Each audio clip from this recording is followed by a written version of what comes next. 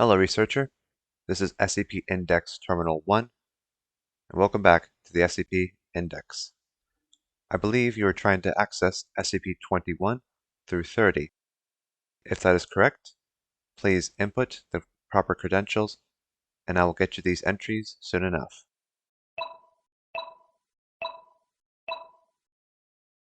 Great. Happy to see you again. With that being said, let us start with the first SCP. SCP-21, otherwise known as Skin Worm.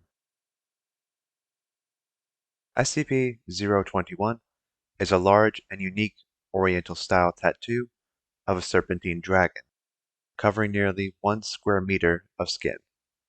The tattoo itself is fully animate and sentient, acting mostly how a normal animal would, though confined to the dimensions of the subject's skin.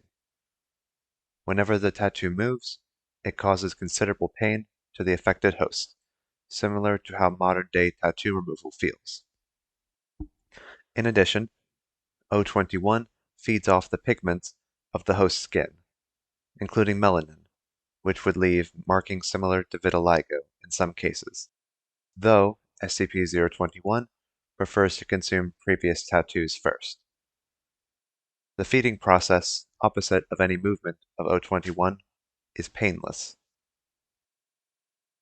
021 is also able to hop across hosts when in direct contact with another, with varying degrees of success, with sexual intercourse being the most reliable at 93% rate of transmission.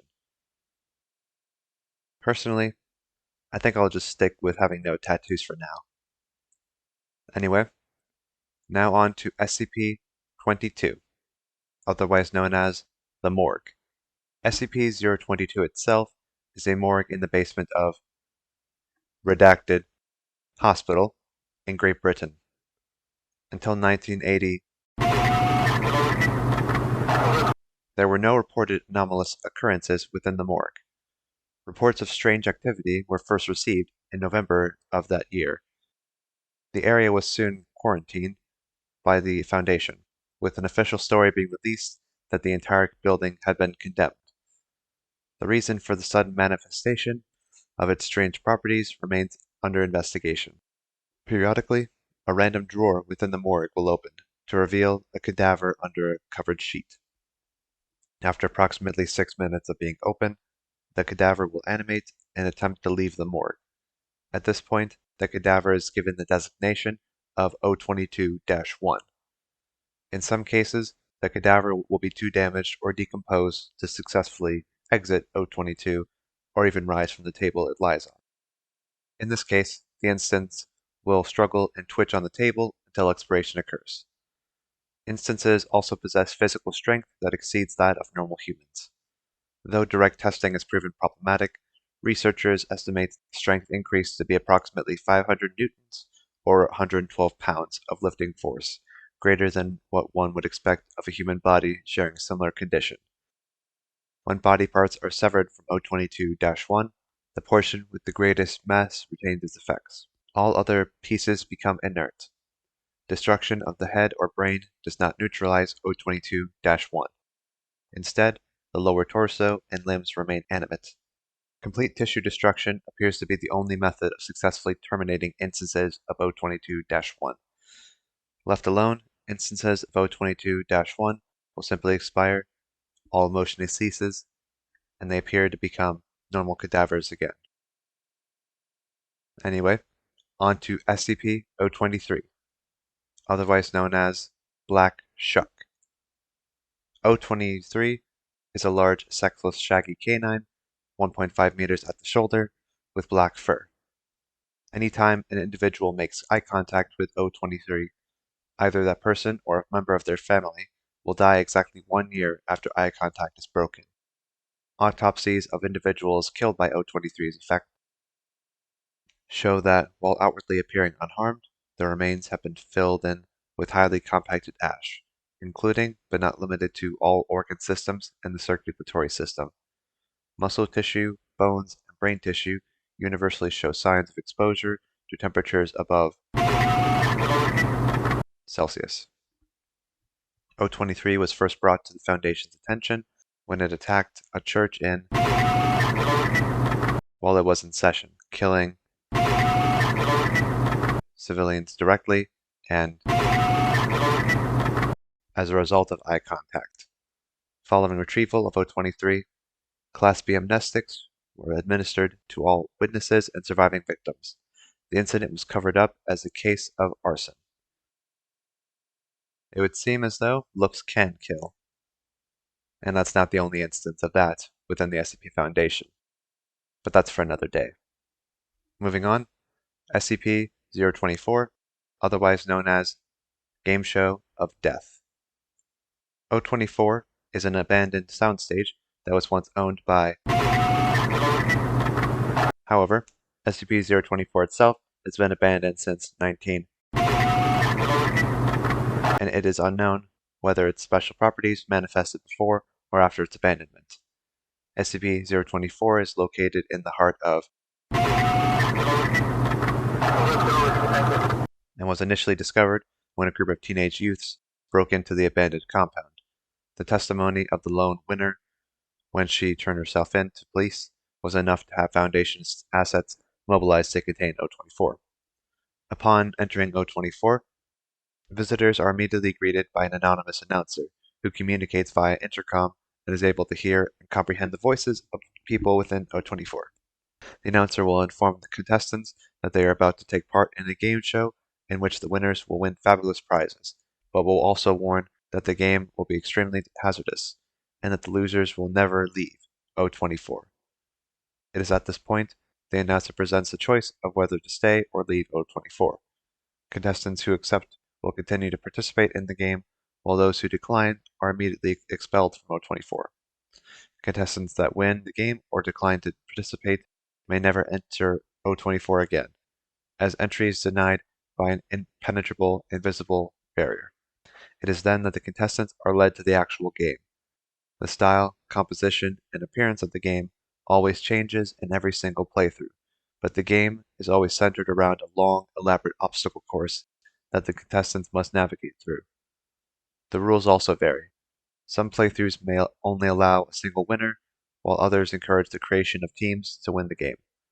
More often than not, the obstacles seen in these games range from incredibly benign to extremely hazardous and life-threatening. Any attempts to break the rules, such as assaulting other contestants and deliberately bypassing obstacles, are met by extreme violence. The announcer will call out the offending contestant, who will be quickly and forcefully ejected from the course by studio guardians, with the contestant never being seen again. I will now read you one of the addendums from this article before moving forward. So far, the list of prizes awarded to winners has included, but is not limited to, cash prizes, electronics, various consumer goods, cars, collectibles, full paid vacations to various countries. Close examination of these prizes have confirmed that they are completely genuine and possess no unusual abilities or characteristics whatsoever.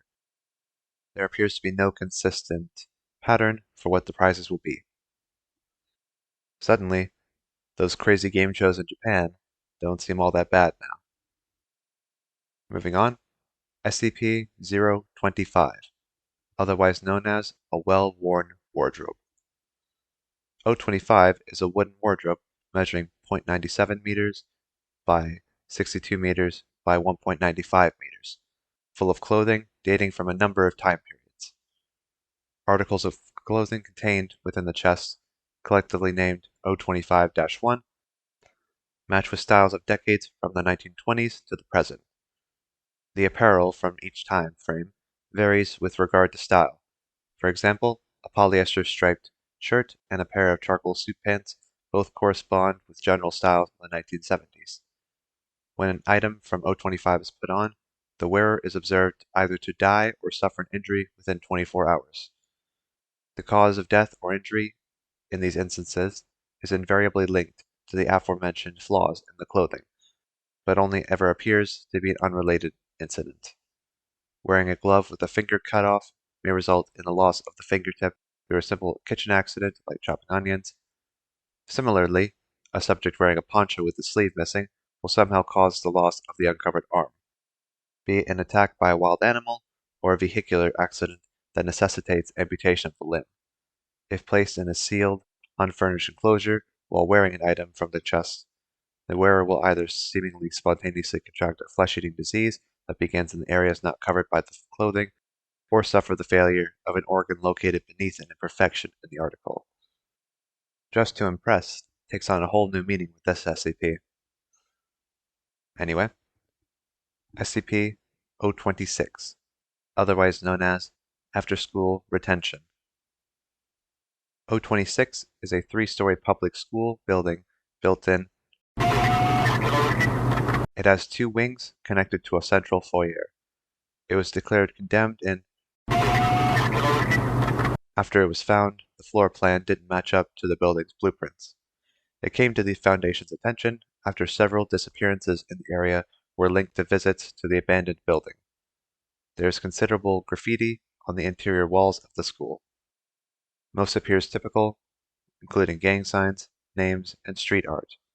However, the graffiti fades and reappears, changing location.